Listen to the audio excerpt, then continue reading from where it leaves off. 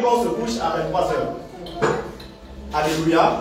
Donc ce sont d'autres ténèbres, à savoir les ténèbres spirituelles, n'est-ce pas, qui sont donc contrôlées par celui qu'on appelle le prince des ténèbres. Donc nous voyons tout de suite que même si dans la création, vous voyez, en fait on voit que la lumière soit, Dieu est en train de créer sur la terre matérielle, mais Dieu est en train de travailler avec des principes spirituels, immédiatement. Parce que la lumière dont Dieu est en train de parler, par laquelle il a consacré le premier jour, ce n'est pas la lumière naturelle. Vous voyez? Donc nous voyons que Dieu lui-même, dès le départ, il démarre, il consacre, il lance le début du temps sur des bases spirituelles. Amen. Et on voit que cette base de consécration est tout de suite marquée par le Seigneur Jésus. Et maintenant, nous avons vu pareil dans Exode, lorsque Dieu veut sortir le peuple d'Israël, n'est-ce pas? Dieu a dit à Moïse et Aaron dans le pays d'Égypte, Exode chapitre 12, Dieu a dit, n'est-ce pas, ce mois-ci sera pour vous le premier des mois, ce sera le premier mois de l'année à partir d'aujourd'hui. Jusqu'alors, ils avaient une autre manière de compter le temps. Mais Dieu va remettre le compteur à zéro et Dieu va dire, voici le premier jour, le premier mois de l'année. Et qu'est-ce que Dieu marque comme signe pour déterminer le premier mois de l'année? Dieu dit, vous allez prendre un agneau que vous allez immoler, vous allez marquer le sang de l'agneau sur les deux poteaux et les linteaux de vos maisons. Et en ce jour-là, l'ange de la mort va passer. Un événement cataclysmique, mondial va passer, n'est-ce pas, dans le pays d'Égypte. Il y aura le carnage. La mort va s'étendre partout dans le pays. Mais sur vous qui avez marqué le signe du sang de l'agneau, l'ange de la mort n'a ni le droit, ni l'autorité, ni le pouvoir d'entrer dans vos maisons, d'agir contre vous, parce que vous avez mis le signe du sang de l'agneau. Et on voit tout de suite que le premier mois aussi, la consécration du premier mois est aussi marquée par un signe de la victoire. Le signe de la victoire, lequel du sang de l'agneau sur les œuvres de la mort, qui sont encore une parallèle, n'est-ce pas? N'est-ce qu'on voit la victoire de la lumière sur les ténèbres. Alléluia. Donc on voit qu'à chaque fois que Dieu donne une consécration du temps, le principe de base, c'est le sang de Jésus. C'est l'œuvre de Christ d'une façon générale, n'est-ce pas? C'est la victoire de Christ Jésus. C'est Christ qui est installé comme signe, comme autorité, n'est-ce pas? Comme puissance, comme pouvoir. C'est son règne qui est placé sur notre temps. Donc c'est son règne qui est placé sur cette année nouvelle 2025 qui commence. On a vu que le sang était seulement le sang de la protection, mais il était aussi le sang de la délivrance. Puisque après cet événement, Pharaon a dû laisser partir le peuple. Sans même qu'on n'ait plus besoin de le supplier. Au contraire, c'est lui maintenant qui suppliait les gens pour quitter son pays. N'est-ce pas? Parce qu'il était frappé. Et nous avons donc compris que Dieu nous a donné cela pour nous faire comprendre comment est-ce que le sang de l'agneau agit. Et aujourd'hui, on va aller en profondeur dans notre message. Et je suis en train de constater que dans la Bible, chaque fois qu'on fait appel au sang, il y a toujours une question de vie ou de mort. Et que le sang est toujours invoqué, est toujours utilisé, toujours exploité, n'est-ce pas? Ok, c'est bon, d'accord. Le sang est toujours utilisé pour agir dans des circonstances où la vie et la mort sont en danger. Et le sang est généralement toujours donné comme un prix afin d'arrêter la mort. Alléluia. Et nous avons vu, on a plusieurs exemples. Là, ce que je vais donner, c'est largement suffisant. Mais ce qui est le plus parlant, vous voyez, lorsque David avait commis, il avait fait le recensement que Dieu n'avait pas voulu, n'est-ce pas? Et Dieu a envoyé l'ange qui a frappé toute la ville, le pays par la peste. Et qu'est-ce que Dieu a dit à Moïse? Dieu a envoyé le prophète pour dire à Moïse, vas-y sur la montagne de Morija, dans le champ de Ornan, le Jébusien, tu vas offrir à l'Éternel un sacrifice là-bas. Et quand le sacrifice sera offert, alors l'ange de la mort va être arrêté. Alléluia. Et c'est ce que Moïse a fait. Et nous avons vu qu'à ce moment-là, normalement, il y avait le temple, le tabernacle qui se trouvait à Silo. C'était là la maison de Dieu. C'était là que se trouvait le sacrificateur. Mais Dieu n'a pas envoyé David au temple. Il l'a envoyé dans un espace vide où on avait fait le sacrifice. Mais pourquoi est-ce que Dieu l'avait envoyé là-bas? je fais juste un petit rappel, on va se rendre compte que quand Dieu avait demandé à Abraham d'aller sacrifier son fils, il avait aussi envoyé là-bas. Il avait dit, va au pays de Moriah, sur l'une des montagnes, un endroit, je vais t'indiquer là-bas, tu vas sacrifier ton fils. Et nous savons que le sacrifice de son fils était l'image du sacrifice de Christ Jésus. Alléluia. Donc, Dieu vient montrer encore par là que le signe qui arrête la mort, c'est le signe du sang de Jésus. Amen. Et donc, si Dieu nous a donné ce signe pour placer sur l'année 2025, ça veut dire qu'il y a des réalités spirituelles pour lesquelles on aura besoin de savoir faire usage du sang de Jésus.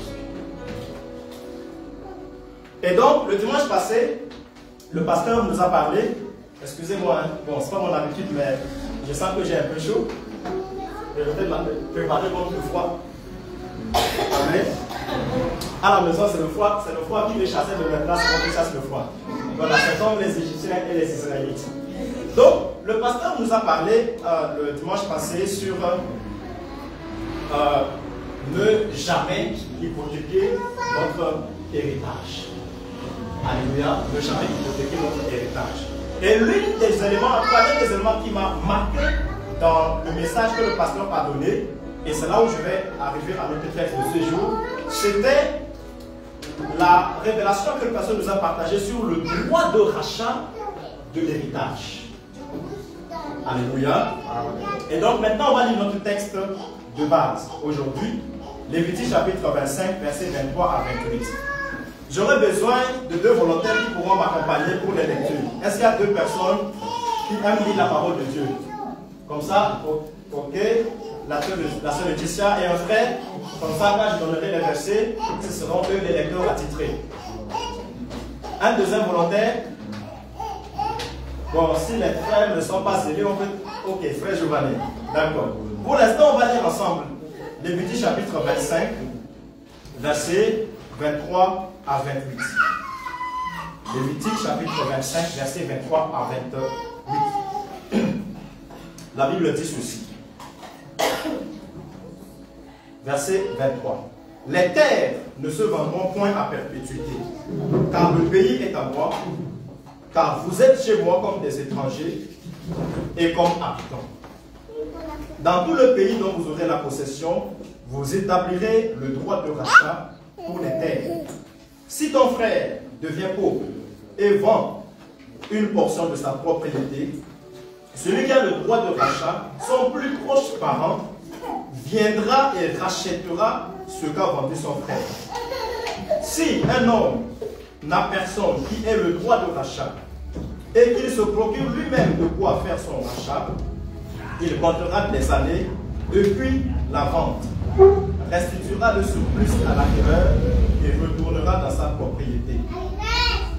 S'il ne trouve pas de quoi lui faire cette restitution, ce qu'il a vendu restera entre les mains de l'acquéreur jusqu'à l'année du jubilé. Au jubilé, il retournera dans sa propriété et l'acquéreur en sortira. Amen. Alléluia. C'est un texte qui nous donne à comprendre beaucoup de principes spirituels. Alors, Dieu donne ce principe du droit de rachat qu'on va expliquer terre à terre. Dieu dit, la terre est une propriété divine. Et nous avons expliqué en droit, je ne sais pas si dans notre étude, dans nos matinales, nous avons expliqué qu'en droit, personne n'a le droit de vendre une chose dont il n'est pas le propriétaire. Vous voyez? Vous-même, c'est pareil. Si tu as de l'argent, tu as 500 000 dirhams, tu veux acheter une maison, et puis un individu vient te présenter et dit, je vais acheter la maison. Qu'est-ce que tu vas commencer par vérifier? Tu vas vérifier si c'est vraiment sa maison. Est-ce qu'il a vraiment le droit de te vendre cette maison? Est-ce que ce n'est pas un usurpateur? Est-ce que s'il te vend cette maison, alors que ce n'est pas sa maison, toi tu lui as déjà donné l'argent. Maintenant, si le vrai propriétaire vient, il te dégage. Tu ne pourras rien faire, tu vas libérer la maison, tu vas perdre ton argent. N'est-ce pas? Parce qu'en droit, il n'a pas le droit de te vendre. Même si vous allez signer un papier, déjà même quand vous allez partir pour légaliser le papier, on va d'abord demander qu'il donne le document qui atteste que c'est vraiment lui le propriétaire. Vous voyez? Donc, c'est normal. Quand la terre est une propriété divine, donc Dieu a dit personne n'a le droit de vendre ce qui appartient à Dieu. Est-ce que vous me suivez? Et c'est de la même manière. Or, c'est cette propriété divine qui nous a été donnée comme héritage. Voilà pourquoi nous n'avons pas le droit d'hypothéquer notre héritage. Voilà pourquoi on n'a pas le droit de laisser notre héritage tomber entre les mains de quelqu'un d'autre, puisque ça ne nous appartient pas. En revanche, même si ça ne nous appartient pas, nous avons le droit de jouir de cet héritage, c'est-à-dire de l'exploiter, de la mettre en valeur et de bénéficier des fruits que l'héritage produit. Alléluia. Donc, en droit, on appelle ça le droit de jouissance. C'est comme lorsque je suis locataire. La maison où j'habite, ce n'est pas ma maison. Mais chaque mois, je paye un loyer. Le loyer que je paye me donne le droit d'habiter dans la maison comme un roi, comme bon me semble. Bien sûr, je n'ai pas le droit de garder la maison. Vous voyez, la propriété est importante. Même si tu as payé le loyer, tu n'as pas le droit d'aller casser le mur parce que bon, quand je te paye le loyer, je fais ce que je veux. Quand tu n'es pas propriétaire, tes droits sont limités. C'est pareil avec l'héritage. Donc, on n'a pas le droit de hypothéquer notre héritage puisque c'est d'abord une propriété divine. Maintenant, Dieu constate une réalité. Que les gens se retrouvent en difficulté et ils se voient obligés de vendre leur terre. Alors, Dieu, ne voulant pas que l'héritage finisse par être dilapidé, il a institué ce qu'il appelait le droit de rachat. Le droit de rachat veut dire que celui qui t'a vendu la terre, il a un droit institué non pas par la loi, ni par les coutumes, mais un droit institué par Dieu lui-même. Vous voyez, le droit de rachat, c'est un peu comme le droit du mariage. Dieu a dit que personne ne sépare ce que Dieu a uni. Ce n'est pas le code de la famille du Congo qui a dit ça, ou le code de la famille, je ne sais pas, du Burkina Faso. C'est Dieu qui a dit ça. C'est pareil avec le droit de rachat. Donc c'est une loi qui vient de Dieu. Dieu dit, si quelqu'un a vendu la terre, il a le droit de récupérer cette terre. Mais Dieu explique comment est-ce qu'il peut récupérer la terre. Soit, Dieu avait institué un fonctionnement avec son peuple. Il avait dit, vous allez fonctionner par 7 années. Comme il fonctionne par 7 jours. 7 jours, on a 6 jours pour le travail et le 7e jour, c'est le sabbat. C'était pareil aussi pour les années. On a 7 années, 6 années et la 7e année était une année sabbatique. Où on ne devait pas cultiver la terre, on ne devait rien récolter, on ne devait rien faire. Pour respecter le sabbat. Et le sabbat veut dire un repos en l'honneur de Dieu. C'est un repos par lequel nous honorons Dieu. Et maintenant les gens avaient dit à Dieu, ah Dieu, toi tu nous dis de ne pas semer la 7e année. Alors tu veux qu'on meure de faim ou bien comment on va faire? Dieu leur a dit, écoutez, si vous vous engagez à respecter la loi divine pour ne pas semer la 7e année, moi Dieu, lorsque vous allez semer la 6e année, je vais bénir les récoltes de la 6e année et ça va vous donner un résultat pour 3 ans. Comme ça, quand vous allez récolter la 6e année, vous allez en avoir pour manger pour cette 6e année, vous allez en avoir pour manger pour la 7e année, vous allez en avoir pour manger aussi pour la 8e année. Comme ça, vous allez semer, puisque vous ne semez pas l'année 7, donc vous allez semer l'année 8. Entre temps, vous mangez les récoltes anciennes. Et quand l'année 8 va produire, vous allez maintenant manger pour la 9e année. Vous voyez, Dieu dit, si vous respectez mes principes, et c'est comme ça que Dieu bénit. Lorsqu'on respecte les principes de Dieu, si Dieu dit sème, toi tu te dis, ah Seigneur, toi tu m'as dit de semer dans ta maison.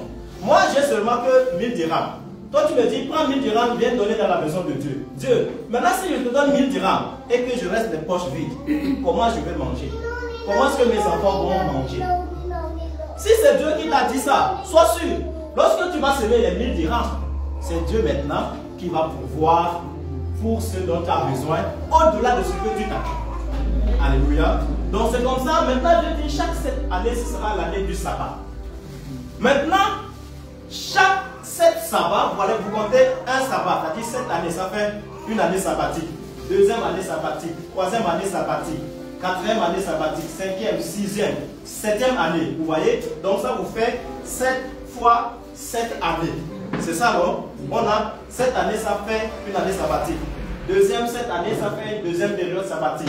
Donc, 7 fois 7 sabbats, ça va faire 49 ans.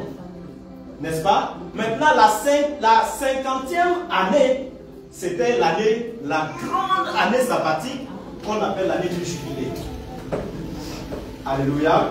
Donc, Dieu dit, lorsque on vend la terre, on doit toujours compter la valeur de la terre par rapport à l'année du jubilé. Donc, par exemple, si j'ai vendu la terre, on est en l'an 30. Je sais que le jubilé, c'est dans 50 ans.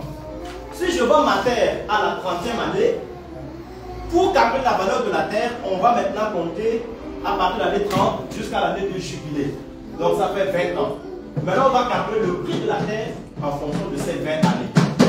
Ce qui fait qu'une terre qu'on a vendue à 30 ans, donc il y a encore 20 années, n'a pas le même prix qu'une terre qu'on a vendue à 5 ans, il y a encore 45 années. Puisque l'acheteur, il va pouvoir exploiter la terre pendant 36 ans. Ce n'est pas la même chose que celui qui va exploiter la terre pendant 30 ans. Est-ce que vous voyez? Donc, c'est comme ça qu'on calcule la valeur du prix de la terre. Pour racheter aussi, c'était de la même manière. Dieu dit, si vous voulez racheter la terre, vous voyez, c'est comme un contrat qu'on appelle à durée déterminée. Dans certains contrats, on dit, par exemple, je t'ai loué la maison, c'est pour 6 mois ferme. Tu as le droit de rester jusqu'à 6 mois. Si tu veux quitter, avant les 6 mois, tu dois me payer le reste du temps. Est-ce que vous voyez? C'est comme ça le contrat à durée déterminée. C'était la même chose avec le droit de rachat. Donc lorsque tu veux racheter, on va compter. Maintenant, nous sommes à l'année 41. Il reste encore 9 ans avant le jubilé. Si tu veux racheter ta terre maintenant, on doit évaluer le prix sur les 9 années qui restent. Donc tu payes à l'acheteur la valeur de la terre pour les 9 années qui restent et tu récupères ta terre. Amen. Amen. Donc c'est comme ça qu'on calcule le droit de rachat. Maintenant Dieu dit, si c'est toi qui as vendu ta terre et toi-même tu as maintenant l'argent, tu veux la récupérer, alors tu calcules la valeur, tu donnes, tu récupères ta terre. Mais si toi-même tu n'as pas l'argent pour récupérer ta terre, mais que tu as un proche parent, par exemple ton frère ou ton oncle, quelqu'un de la famille qui est du même sang que toi, qui a de l'argent, parce qu'il est de la famille, il a automatiquement, il n'a même pas besoin de demander ta permission, il a automatiquement le droit d'aller voir l'acheteur pour lui dire, toi acheteur, tu as acheté la terre de mon frère, c'est une terre de la famille. Moi, j'ai de l'argent, alors tiens ton argent et libère la terre. Et l'acheteur est obligé de prendre l'argent et de dégager. Alléluia. Maintenant, si toi tu n'as pas l'argent pour récupérer ta terre, dans ta famille aussi, il n'y a pas quelqu'un qui a de l'argent pour récupérer la terre, ce n'est pas encore totalement perdu. Dieu dit, laissez l'acheteur qui n'a qu'à continuer d'exploiter jusqu'à l'année du jubilé, la 50e année de sabbat.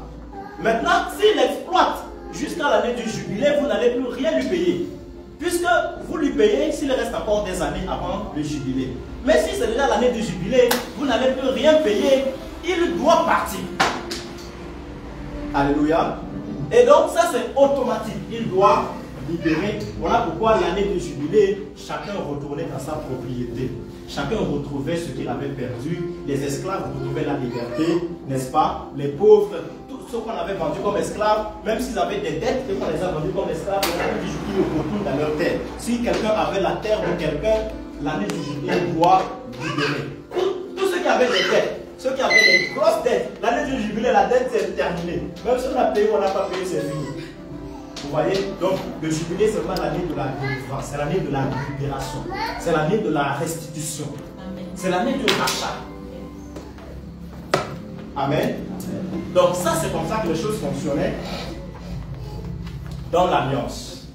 Maintenant, tout ce que nous venons de dire, quel est le rapport entre le sang de Jésus que Dieu nous a donné comme signe pour marquer sur l'année 2025 avec le droit de rachat? Quel est le rapport? C'est là que les choses deviennent très intéressantes. Je pense que vous me suivez toujours. J'ai gardé le thème de mon message pour vous expliquer, comme ça quand j'ai le thème, vous allez comprendre. Amen. Amen. Donc, nous avons avons vu que ce n'est pas tout le monde qui a le droit de racheter la propriété. N'est-ce pas? Celui qui doit racheter une propriété doit toujours être un membre de la famille, un proche parent. Souvenez-vous de l'histoire de Ruth. Alléluia. Je sais que si tous ceux qui sont dans le groupe des femmes, je suis que vous avez déjà entendu parler de l'histoire de Ruth. On a fait tous les enseignements sur Ruth. Ce n'est pas notre sœur Ruth qui est ici, hein? C'est son homonyme. Amen. Et Ruth de la Bible aussi avait les mêmes cheveux qu'elle. Donc si vous ne la connaissez pas, vous la regardez, vous allez connaître Ruth. Donc souvenez-vous de Ruth avec Naomi. Vous voyez que lorsque Naomi et son mari, ils sont partis au pays de Moab à cause de la famine. N'est-ce pas? Ils ont perdu, puisque après quand ils sont partis là-bas, le mari est mort. Les deux garçons qu'il avait accouchés, ils sont devenus grands, ils se sont mariés, mais eux aussi ils sont morts sans avoir des enfants. Finalement, Naomi s'est retrouvée toute seule, grand-maman, avec ses deux belles-filles, Ruth et Orpa. C'est Orpa ou c'est Orpa? C'est Orpa. Voilà. Donc elle a dit aux filles, moi je suis devenue vieille, je vais retourner dans mon pays parce qu'elle a entendu que Dieu a visité à nouveau son village et que l'abondance est revenue. Elle a proposé aux filles de rester pour aller se marier ailleurs. L'une est partie, mais l'autre a dit, moi je vais avec toi. Et c'est comme ça que Ruth est partie avec elle. Mais quand Naomi revient chez elle, n'est-ce pas? Elle risque de tomber dans la misère puisqu'elle est veuve, elle-même elle est avec une femme qui est veuve. Il n'y a pas d'homme dans la famille, il n'y a personne qui soit leur autorité et qui puisse continuer à conserver le droit de la terre que son mari a perdu. Puisque son mari est mort, tous les enfants garçons sont morts. Or, l'héritage est donné aux garçons. Et donc, maintenant, ils n'ont pas d'enfants. S'ils avaient encore des enfants, oui, mais tous ils sont morts sans enfants. Là, on risque de perdre l'héritage. Donc, du coup, il faut quelqu'un pour racheter l'héritage afin qu'il ne soit pas perdu.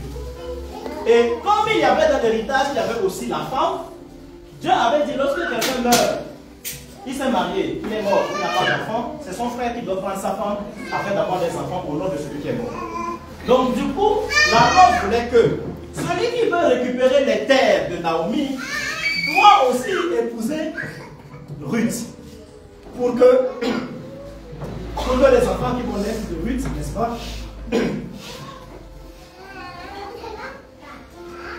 Donc doit aussi épouser Ruth pour que les enfants qui vont naître de Ruth continuent d'être les propriétaires de la terre. Alors, avant Boaz, il y avait quelqu'un qui était le premier placé à avoir le droit de rachat, n'est-ce pas? Boaz est parti le voir, il lui a dit, c'est toi qui as le droit de rachat sur les propriétés de notre parent. Après toi, c'est moi, mais je n'ai pas le droit avant toi. Il a rassemblé tout le village, il a dit, maintenant, rachète la propriété. Il a dit, oui, je vais racheter. Boaz lui a dit, si tu rachètes, sache que tu dois aussi épouser la veuve pour susciter les enfants au défunt. Quand il a entendu qu'il faut épouser aussi la veuve, il a dit, non, je ne vais pas racheter. Je n'ai pas besoin, n'est-ce pas? Boaz lui a dit, ok, si tu n'as pas besoin, ils avaient un signe pour montrer que je renonce au droit de rachat, tu dois enlever ton soulier, tu donnes à l'autre. Donc, devant les anciens de la ville, il a enlevé son soulier, il a donné à Boaz. C'est comme ça que Boaz a acquis le droit de rachat, il a récupéré et la femme et les terres. Alléluia. Donc, il faut toujours un plus proche parent pour pouvoir racheter. Maintenant, venons-en à nous. Nous savons que quand Dieu nous a créés, il a créé notre parent qui est Adam. Et Dieu a donné à Adam l'héritage. Et Dieu a matérialisé cet héritage par le jardin d'Éden, qui était le jardin de Dieu. On avait bien vu que le jardin d'Éden, c'était le jardin de Dieu. Parce que c'était dans la même région où se trouvait le jardin. D'accord? C'était le jardin de Dieu. Dieu avait dit à Adam, n'est-ce pas? Tu dois cultiver le jardin et tu dois le garder. C'est le seul droit que Dieu a donné à Adam. Il n'a pas donné à Adam le droit de vendre une partie du jardin. Est-ce qu'il a fait ça? Il n'a pas fait ça. Il a dit, tu dois cultiver le jardin et tu dois le garder. Et Dieu a mis des principes pour que Adam reste soumis à l'autorité de Dieu, à savoir qu'il ne devait pas manger du fruit de l'arbre de la connaissance du bien et du mal. Mais Adam a désobéi à Dieu sous l'instigation du diable. Alors, deux conséquences sont arrivées. Comme il a désobéi à la loi de Dieu, il est tombé immédiatement sous le coup de la condamnation. Parce que Dieu avait dit, le jour où tu vas désobéir, tu vas mourir. Et souvenez-vous que quand Dieu dit une chose, la chose finit toujours par arriver. Donc il est tombé immédiatement sous le coup de la condamnation que Dieu avait déjà prononcée. Deuxième conséquence, comme il s'est laissé tromper par le diable, il a aussi perdu son héritage qui a été soutiré par le diable. Je veux que vous le reteniez très clairement parce que c'est important que dans cette transaction-là, ce n'était pas un contrat loyal où Adam et le diable et Dieu, tout le monde était d'accord, bon, Satan, tu peux racheter. Non, c'était un trafic. Il a trafiqué. Normalement, si tu achètes avec un contrat, bon, tu as le droit de rester. Après, on vient payer l'argent pour racheter. Mais alors, si tu as trafiqué et tu as usurpé la propriété, alors on va voir. Mais c'est ce qui se passe. Maintenant, quand Adam a perdu, il est tombé sous la condamnation et sous l'esclavage du diable. Et là, non seulement qu'il a perdu lui-même, mais aussi il a perdu tout l'héritage qu'il a fait. Et ce sont des réalités spirituelles. Retenons toujours. Son problème est d'abord né dans le spirituel. Et alors, il vit les conséquences matérielles des réalités spirituelles qui sont arrivées dans sa vie.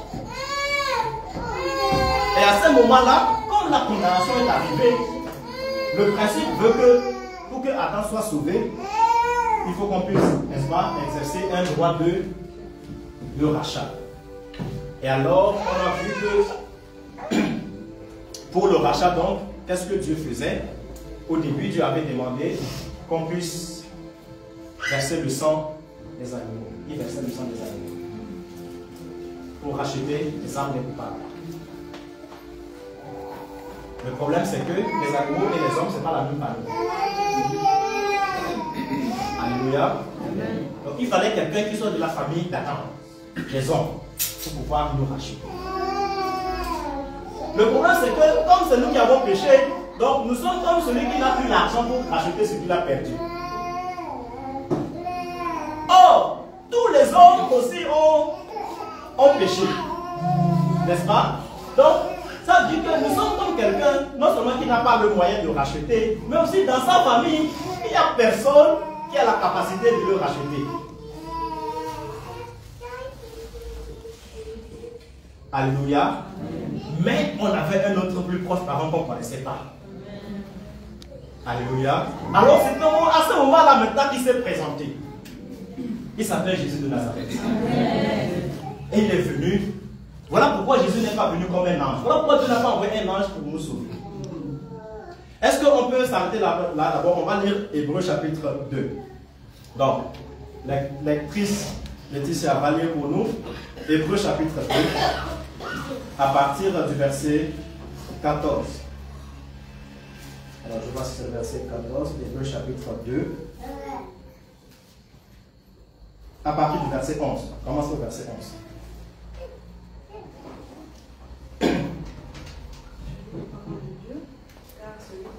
Lis à haute voix comme si c'est toi qui prêchais. Car celui qui sanctifie et ceux qui sont sanctifiés sont tous issus d'un seul. C'est pourquoi il n'a pas honte de les appeler frères. Lorsqu'il dit « J'annoncerai ton nom à mes frères, je te célébrerai au milieu de l'assemblée. Et encore, je me confierai en toi. Et encore, me voici, moi et les enfants que Dieu m'a donnés. » Ainsi donc, puisque les enfants participent au sang et à la chair, il a également participé lui-même, afin que, par la mort, il anéantisse celui qui a la puissance de la mort, c'est-à-dire le diable, et qu'il délivra tous ceux qui, par crainte de la mort, étaient toute leur vie retenus dans la servitude. La servitude. Car assurément, ce n'est pas à ses anges qu'il vient en aide, mais c'est à la postérité d'Abraham. En conséquence, il a dû être rendu semblable en toutes choses à ses frères, afin qu'il fût un souverain sacrificateur, miséricordieux et fidèle, dans le service de Dieu, pour faire l'expiation des péchés du peuple. Amen. Amen. Merci beaucoup, Laetitia. Est-ce que vous avez bien suivi la lecture? La Bible dit que celui qui sanctifie et ceux qui sont sanctifiés sont issus d'un seul. Ils sont issus d'un seul parent, pour dire comme ça. Ils ont une même source. Celui qui sanctifie, c'est Jésus. Ce que Jésus a sanctifié, c'est nous. La Bible dit que Jésus et nous, on est issus d'un seul. Voilà pourquoi Jésus n'a pas honte de nous appeler comment? Ses frères. Alléluia. Et on ajoute que, en réalité, quand Jésus est venu, ce n'était pas pour secourir les anges. Vous savez que ce n'est pas seulement les hommes qui ont péché, n'est-ce pas? Il y a aussi les anges qui ont péché. Et d'ailleurs, ce sont les anges qui ont péché premièrement. À commencer par Satan et ses anges. Et comme Jésus n'est pas de leur famille, quand ils ont péché, Jésus n'a rien fait. Il les a laissés. Il n'a pas exercé le droit de rachat. N'est-ce pas? Ils sont restés condamnés. La Bible dit qu'il y a même des anges qui sont déjà enchaînés dans les ténèbres. Les autres, comme Satan et les démons, ils attendent le dernier jour. On va enchaîner le diable, on va le jeter dans le puits. D'accord? Donc il n'y a pas de sauveur pour les anges. Voilà pourquoi Jésus n'est pas venu sous la forme d'un ange. Parce que nous et les anges, on n'est pas de la même famille. Nous sommes des êtres de chair et de sang. Eux, ils sont des êtres spirituels. Donc, comme Jésus, au départ, il n'était pas un homme comme nous. Et comme il voulait nous sauver, donc, il fallait qu'il naisse dans notre famille. Vous voyez? Voilà pourquoi donc Jésus est venu. Il est né dans notre famille. Il est né du sein de notre sœur Marie et de notre frère Joseph. Alléluia. Amen. Donc, c'est notre cousin. Donc, c'est un proche parent. Ça, c'est naturellement. Mais spirituellement, c'est notre frère. Parce qu'il a dit, nous sommes ses frères. Donc, Jésus est né comme un homme. Donc, ça veut dire qu'il était le proche parent de tous les hommes. Or, lui, il n'a jamais péché. Donc, non seulement il a l'argent, mais il a aussi la puissance et le pouvoir. Il a le droit, parce qu'il est notre proche parent, mais il a aussi l'autorité, la puissance et le pouvoir. Et c'est pourquoi Jésus est venu pour exercer le droit de rachat. Alléluia. Afin que ce que nous avions perdu en tant que descendants de Adam, dès lors que le prix du rachat est payé, n'est-ce pas? Qu'est-ce qu'on doit faire? Qu'est-ce qui doit arriver quand on paye le prix du rachat? On récupère tout. N'est-ce pas? On récupère absolument tout. Et garde au vendeur là, s'il avait déjà vendu une petite partie, il doit tout restituer sans rien ici. Alléluia. Maintenant, quel est le prix que Jésus a payé comme le prix de rachat? On va lire quelques versets. Quelqu'un peut lire pour nous 1 Corinthiens chapitre 6. Frère Giovanni, 1 Corinthiens chapitre 6, verset 20. Vous pouvez aussi noter pour ajouter Apocalypse 5, verset 9. On ne va pas tout lire. Je vais lire 1 Corinthiens chapitre 6, verset 20. Car vous avez été rachetés à un grand prix. Glorifiez donc Dieu dans votre corps et dans votre esprit qui appartiennent à Dieu. Amen. La Bible dit que nous avons été rachetés à un grand prix. Ok? Donc, ça, on nous montre la valeur du prix qui a été payé. Nous avons été rachetés à un grand prix. Et ce prix, c'est lequel? On va lire, finalement, on va lire. Laetitia, donc, tu vas lire toujours 1 Corinthiens, chapitre 7, verset 23.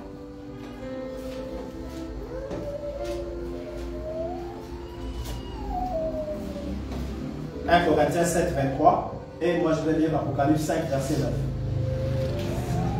Vous avez été rachetés à un grand prix. Ne devenez pas esclaves des hommes. Amen. Amen. Apocalypse 5, verset 9. Et il chantait un cantique nouveau en disant: Tu es digne de prendre le livre et d'en ouvrir les sceaux, car tu as été immolé et tu as racheté pour Dieu par ton sang des hommes de toute tribu, de toute langue, de tout peuple et de toute nation. Alléluia. Donc on nous dit que nous avons été rachetés à un grand prix. Et ce grand prix que Jésus a payé, c'est quoi? C'est son sang. Alléluia. Amen. Maintenant, pourquoi est-ce que Jésus devrait payer son sang comme le prix de notre rachat? Pour ça, on va lire donc Lévitique chapitre 17. C'est un texte qu'on a toujours lu. Et je veux attirer notre attention ici sur la puissance du sang de Jésus. Sur la réalité spirituelle du sang de Jésus et sa puissance. Lévitique chapitre 17. Je lis donc à partir du verset 11. Car l'âme de la chair est dans le sang. Je vous l'ai donné sur l'autel, afin qu'il servît d'expiation pour vos âmes. Car c'est par l'âme que le sang fait l'expiation. Alléluia. On peut même s'arrêter là, verset 11. Donc, nous avons très bien que Dieu avait dit que le sang des animaux ne peut pas sauver les hommes, puisque on comprend ici pourquoi est-ce que le sang des animaux n'a pas la même valeur, le même prix pour sauver les hommes. Parce qu'on nous dit, ce qui permet que le sang puisse payer pour la vie d'un homme, c'est-à-dire que quelqu'un qui est censé être frappé par le jugement de Dieu. Comme en Égypte, l'ange de la mort était en train de frapper. Donc la personne est censée être frappée. Par la mort, ça peut être spirituel, physique. Mais la personne est sous le coup de la condamnation. Son âme est déjà condamnée et doit partir en enfer. Ce qui permet que l'âme de cette personne puisse être rachetée de la mort, c'est le sang. Mais ce qui fait que le sang annule la puissance de la mort, c'est puisque dans le sang se trouve l'âme. D'accord? Donc on dit ici que le sang c'est la vie, le sang c'est l'âme. Donc quand Jésus donne sa vie, c'est pour que notre vie ne soit plus frappée par la mort. Donc Jésus a donné sa vie à la mort.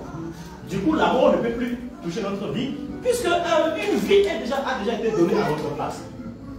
Vous voyez? Donc quand on dit que dans le sang se trouve l'âme, que le sang c'est l'âme,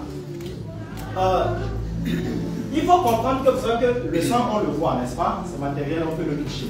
Par contre l'âme, on ne peut pas le toucher. Ça ne veut pas dire que le sang c'est directement l'âme, mais c'est pour dire que le sang, en fait, je vais dire quoi? C'est la représentation visible de l'âme qu'on ne voit pas. En d'autres termes, toute chair qui a du sang a une âme. Amen. Est-ce que vous comprenez? Toute chair qui a du sang a une âme. Et tout être qui a une âme peut être impliqué dans des réalités spirituelles. Quand on était au pays, on disait parfois que les sorciers ont été tel animal. Bon, je ne sais pas si c'est vrai ou c'est pas vrai, mais bref. Ok? Mais on doit comprendre que ce sont des réalités spirituelles. Donc, voilà pourquoi d'ailleurs, lorsque quelqu'un est vidé de son sang, qu'est-ce qui se passe? L'âme n'a plus de demeure. Du coup, l'âme quitte, on dit que c'est la mort. C'est-à-dire que la personne n'était pas malade. Il n'y a aucune maladie dans son corps. Mais si la personne est vidée de son sang, jusqu'à un certain niveau, c'est fini, c'est la mort. Donc, maintenant, si on dit que dans le sang se trouve l'âme, donc ça veut dire que dans le sang de Jésus se trouve l'âme de Jésus. N'est-ce pas? Or, Jésus, il a versé son sang. Ok? Et notre âme était condamnée à mort, et Jésus a donné son âme à notre place. Vous voyez? Comme c'était notre proche parent, il a payé le prix qu'il fallait. Alléluia. Je vais encore aller plus loin. Dites-moi, mon âme c'est qui? C'est moi, non? Donc, mon âme c'est moi. Donc, dans l'âme de Jésus, c'est Jésus. Donc, si dans le sang de Jésus, on dit que le sang de Jésus c'est l'âme de Jésus, ça veut dire que le sang de Jésus c'est qui? Alléluia. Vous voyez? Donc, ça veut dire que si j'ai le sang de Jésus sur moi, j'ai qui? Alléluia. Au-delà de son âme, puisque l'âme de Jésus, c'est Jésus. Vous voyez? Donc, quand je dis à Satan, attention, le prix a été payé par le sang de l'agneau. Et Satan sait que dans le sang de l'agneau, il y a qui? L'âme de Jésus. Et c'est que Jésus, l'âme de Jésus, c'est Jésus lui-même. Est-ce que que Satan a le droit de résister à Jésus. Alléluia. Tu vois, voilà pourquoi tu n'as pas besoin d'avoir le sang de Jésus dans un seau. Pour dire, voilà le sang de Jésus. Non. Tu n'as pas besoin d'aller dans une église où on va prendre un produit avec le sel, avec quelques écorces, avec un peu de l'eau. Tu vois, on va faire un certain mélange. On te dit ça. Il y a la puissance du sang de Jésus dedans. Donc, voilà. Tu prends ça, tu vas te mettre sur le corps, tu te mets partout. Ok? Même tu mets dans les yeux, même si ça pique, tu dois tenir. Tu bois, tu vas aller te purger, tu fais les choses. Et quand tu veux prier, tu te laves avec cette eau et tu pries. Les démons vont fuir. Non. Non. Tu n'as pas besoin du sang de Jésus dans, je ne sais pas, dans l'huile que tu as à la maison, ou dans le sel, ou dans n'importe quel objet. Je vais te répéter, tu n'as besoin de qu'un objet pour représenter le sang de Jésus. Puisque le sang de Jésus, dans le sang de Jésus se trouve l'âme de Jésus. D'accord? Et l'âme de Jésus, c'est Jésus lui-même. Donc, est-ce que ton Jésus là, c'est un morceau de farine ou de sel? Est-ce que Jésus, c'est l'eau qu'on a donné pour te laver? Est-ce que Jésus, c'est une racine? N'est-ce pas que Jésus, c'est spirituel? Vous voyez? Donc, même si je parle le sang de Jésus dans ma main, mais quand j'invoque le sang de Jésus, celui qui est dans le monde spirituel, il sait ce que je suis en train de faire. Même si je ne l'ai pas montré, ah, tu vois le sel là, ça va te consommer, ah, tu vois ce piment. Ça, c'est un piment qui a été béni par l'archipuissance, ça va détruire tous les esprits. Non, ils n'ont pas peur de piment, ils ont peur du sang de Jésus. Alléluia. Donc, c'est comme ça que Jésus est donc venu, il a livré son âme, il était notre proche parent, il a exercé le droit de rachat. Il a déjà payé le prix. Bon, maintenant que Jésus a déjà payé le droit de rachat, est-ce que nous devons encore continuer à laisser ce mauvais dame-là rester encore dans notre héritage? Est-ce que vous comprenez que nous avons ce qu'il faut pour aller dire à Satan, dégage de mon héritage? Vous comprenez ça? Que nous avons ce qu'il faut. On peut aller lui dire, on doit aller lui dire. Si nous ne comprenons pas que dans le sang de Jésus a été exercé notre droit de rachat, on va lui dire, ah Seigneur, délivre-moi. Le Seigneur dit, mon fils, je t'ai déjà délivré. Tu vois l'esprit là? Si tu l'exerces, si tu le combats par le sang de Jésus, il va partir.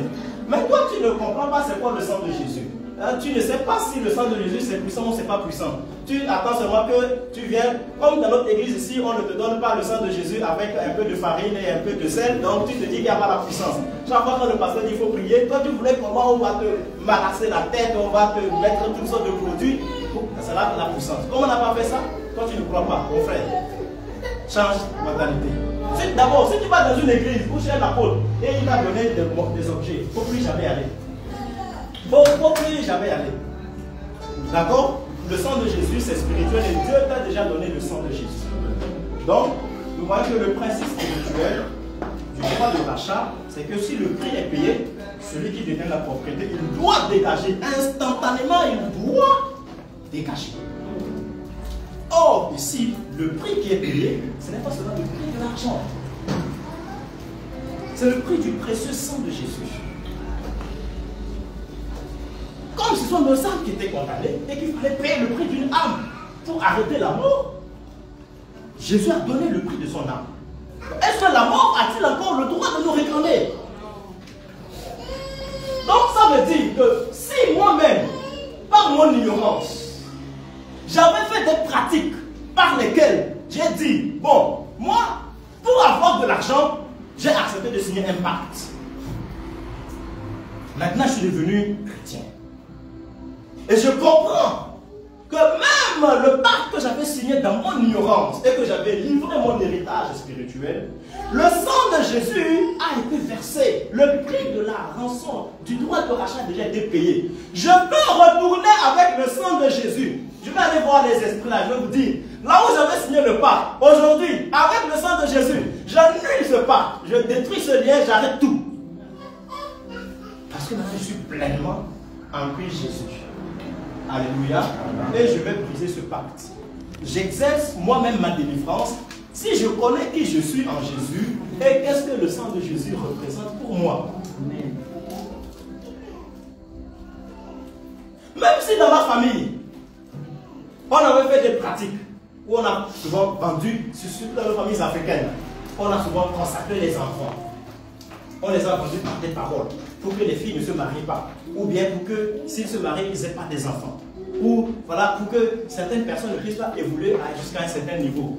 Moi je me dis, ah, le vieux du village, c'est lui qui m'a lié, il est trop puissant. Personne, on a fait toutes les pratiques, ça ne marche pas. Il est trop puissant, je ne peux pas te délivrer, non mon frère. Si je comprends que là où il était parti faire ses transactions, moi j'ai compris que le sang de Jésus a payé. Aucun esprit dans le monde des ténèbres ne peut résister parce que si j'apporte le truc du sang de Jésus, il faut que je sais que le prix a déjà été payé et que doit dégager. Alléluia. Donc celui qui comprend que le prix a déjà été payé, il sait la valeur du sang de Jésus. Maintenant on va terminer, je vais vous poser une question de réflexion. À votre avis, le prix du sang de Jésus là même, il a d'abord payé à qui?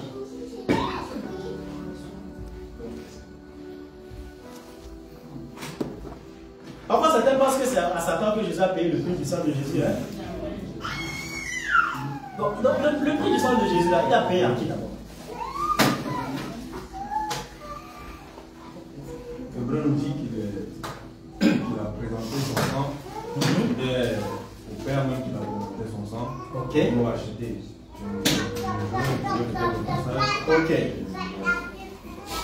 Ok. Donc, Frère Dieu va trouver une référence pour appuyer sa réponse. Mais en attendant, on va lire un passage dans l'Ancien Testament qui donne déjà un début d'éclaircissement. Exode, chapitre 13.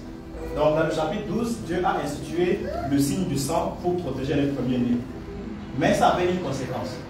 Donc, on va la conséquence dans le chapitre 13. Exode, chapitre 13.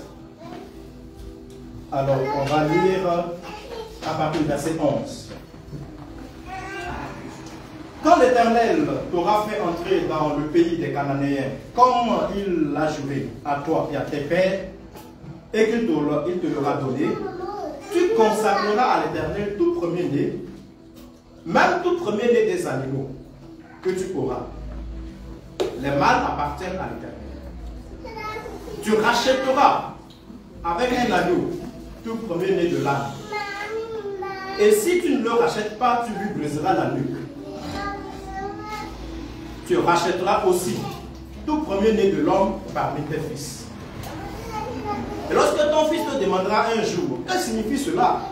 Tu lui diras, l'Éternel nous a fait sortir d'Égypte, de la maison de servitude. Et comme Pharaon s'obstinait à ne point nous laisser aller, l'Éternel a fait mourir tous les premiers-nés dans le pays d'Égypte, depuis le premier-né des hommes jusqu'au premier-né des animaux. Voilà pourquoi j'offre en sacrifice à l'Éternel tout premier-né des mâles. Et je rachète tout premier-né de mes fils. Amen. Alors, donc, quand ils ont fait le signe du sang, et que l'ange, oui, Frère Dieu va lire. Ok, vas-y. Quand même long, mais je vais lire peut-être. Ok. Mais Christ est venu comme souverain sacrificateur des biens à venir. Il a traversé le tabernacle plus grand et plus parfait, qui n'est pas construit de main d'homme, c'est-à-dire qui n'est pas de cette création. Et il est entré une fois pour toutes dans le lieu très saint, non avec le sang des boucs et des veaux, mais avec son propre sang, ayant obtenu une rédemption éternelle. Car si le sang des taureaux et des boucs et la cendre d'une vache répandue sur ceux qui sont souillés sanctifie et procure la pureté de la chair, combien plus le sang de Christ, qui par un esprit éternel s'est offert lui-même sans tâche à Dieu, purifiera-t-il votre conscience des œuvres mortes, afin que vous serviez le Dieu vivant. Amen. On va s'arrêter. Oui, oui. C'est excellent. Ça complète, ça va dans le sens de ce qu'on a dit dans l'ancienne alliance ici. Et ça va nous aider à bien comprendre. Donc, voyez ici ce qui se passe. Lorsqu'ils ont mis le sang de l'agneau dans les maisons et que l'ange de la mort est passé, il a frappé tous les premiers-nés en Égypte sans toucher aucun premier-né des enfants d'Israël parce qu'ils avaient le sang de l'agneau. Donc, en réalité, le sang de l'agneau, ça protégeait en particulier les premiers-nés. Vous voyez? Donc, pourquoi? Parce que la condamnation avait été prononcée sur tous les premiers-nés. Voilà pourquoi, même si quelqu'un était israélite, premier-né, mais que la nuit là où l'ange de la mort devait passer, s'il était dans une maison où il n'y a pas le sang, qu'est-ce qui allait lui arriver? La mort. En revanche, si quelqu'un était de nationalité égyptienne, premier-né, mais le jour là où la nuit où l'ange de la mort est passé, s'il s'est trouvé dans une maison où il y avait le sang avec les autres, avec des enfants d'Israël, est-ce que l'ange allait entrer? Vous voyez? Là, ils n'ont pas dit, ah non, j'ai trouvé premier-né égyptien dans cette maison, même si il y a le sang, je rentre. Il ne peut pas. Là où il y a le sang, Dieu a dit que l'ange n'a pas le droit de marcher. Vous voyez? Donc, l'ange ne frappait pas, les gens n'étaient pas condamnés forcément à cause de leur nationalité, mais d'abord à cause de leur statut de premier-né. Donc, ça veut dire que c'est l'image montrée de la condamnation qui était sur Adam. La condamnation était aussi sur tous les premiers-nés. Maintenant, Dieu dit, c'est vrai, les premiers-nés des enfants d'Israël, ils ne sont pas morts par l'ange de la mort, mais il y a une condamnation sur eux. Donc, tu dois racheter les premiers-nés, tu dois payer un prix pour les racheter. Vous voyez? Et donc, Dieu dit, pour les animaux, les premiers-nés, automatiquement, tu dois les sacrifier à l'Éternel. Par contre, si c'est un âne, comme on ne sacrifiait pas les ânes à Dieu, tu vas remplacer le premier-né de l'âne par un agneau qui peut être sacrifié à Dieu. Si tu ne veux pas le remplacer, Dieu dit, tu dois lui briser la nuque. Alors, si on brise la nuque, qu'est-ce qui va arriver? Il va mourir, non? Donc, on va exercer le jugement. Soit tu le rachètes, soit tu vas exécuter le jugement. Par contre, on n'avait pas le droit de briser la nuque d'aucun des premiers-nés des hommes.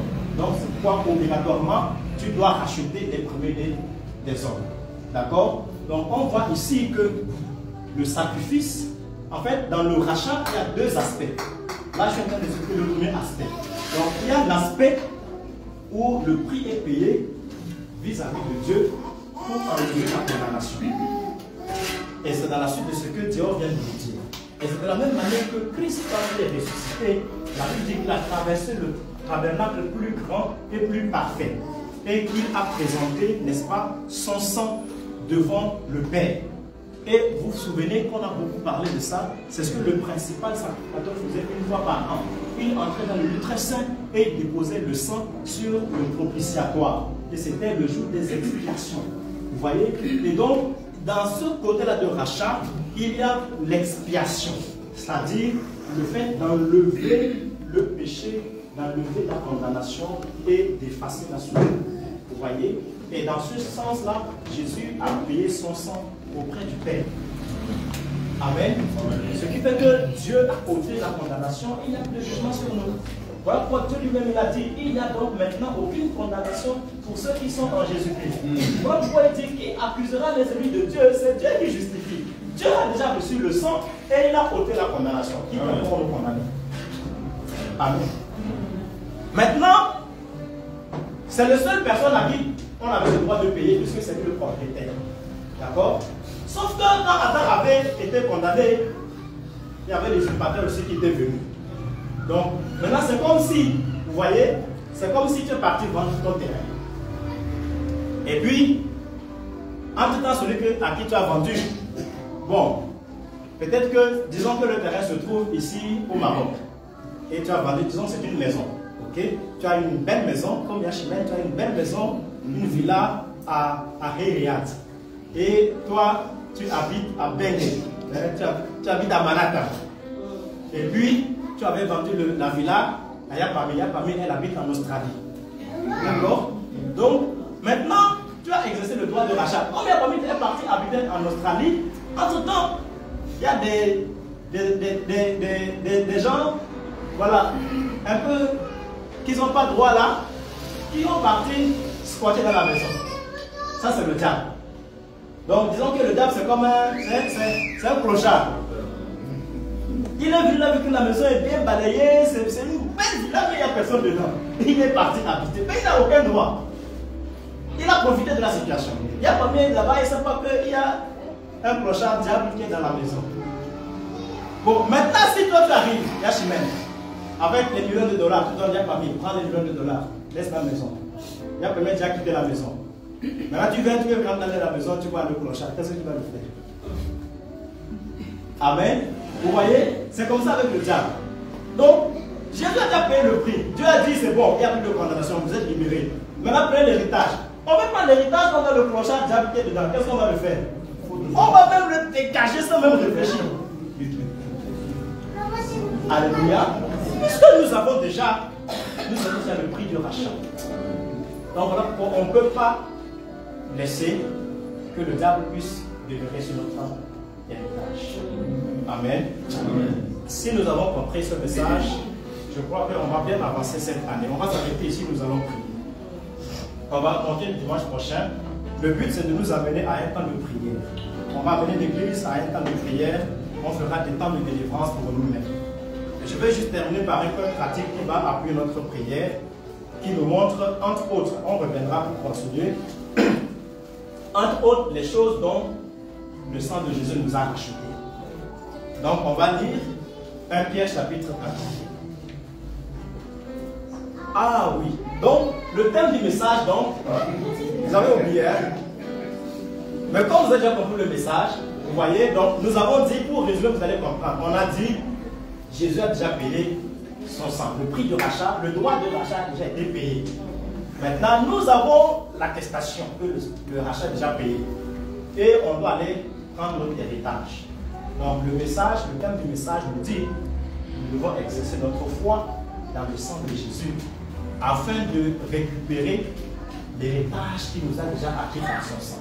Donc, notre message, le thème, c'est exerçons notre foi. C'est maintenant que nous devons comprendre c'est quoi le sang de Jésus, comment ça marche et comment nous devons agir sur la base du sang de Jésus par la foi.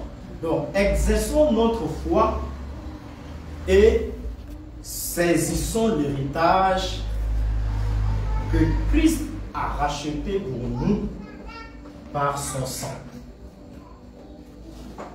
Exerçons notre foi et saisissons l'héritage que Christ a racheté pour nous par son sang.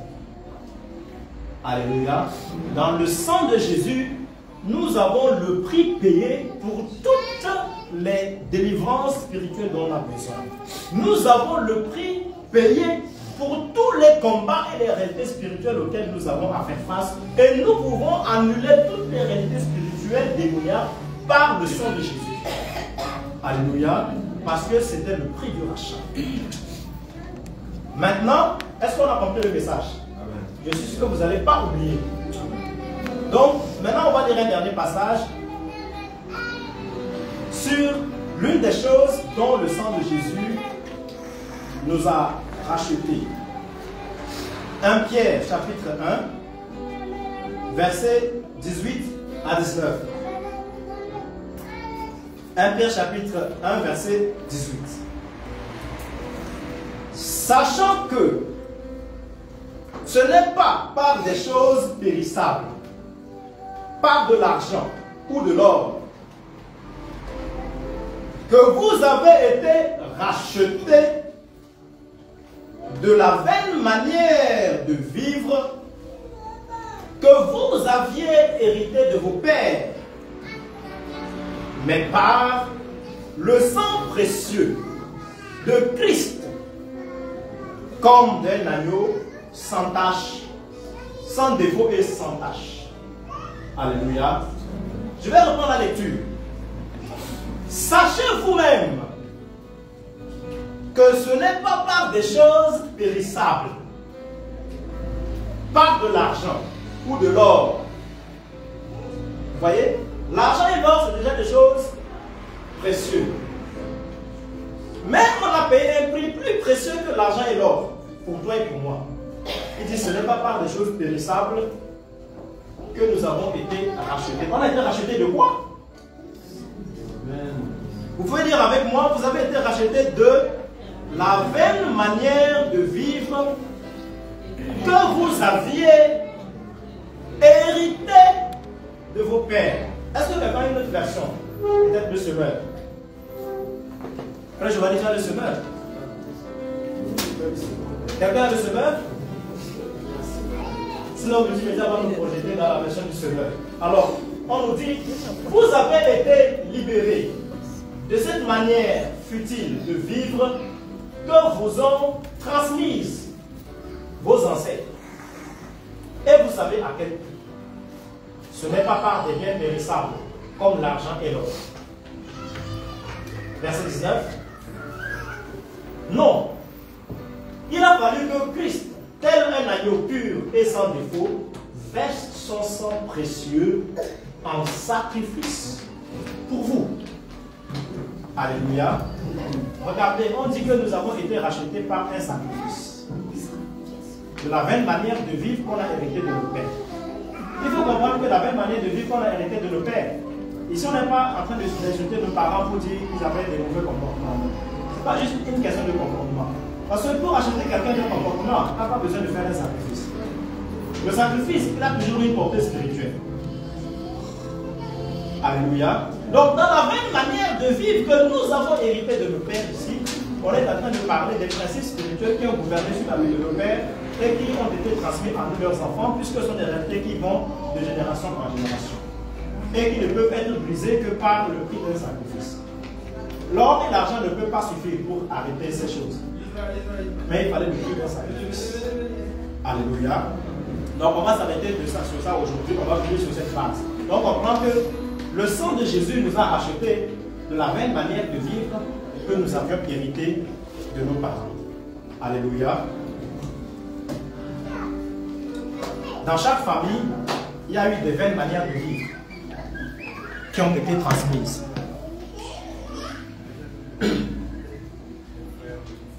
Et donc, ceux qui reçoivent le sacrifice de Jésus sont rachetés. Et parfois, ces vaines manières de vivre ont des conséquences réelles dans la vie des gens. Et on a besoin de prendre conscience de cela. C'est maintenant, aujourd'hui, que je comprends quand les gens disent que Jésus a tout payé. Alléluia, Jésus a tout payé, c'est la vérité, il a tout payé. Si tu dis comme de la blague, tu ne comprends pas. Mais si tu comprends, tu sais comment il a tout payé. Je vais t'inviter à te lever. Nous allons prendre un temps dans la prière. Nous savons que nous avons le sang de Jésus. Et il y a des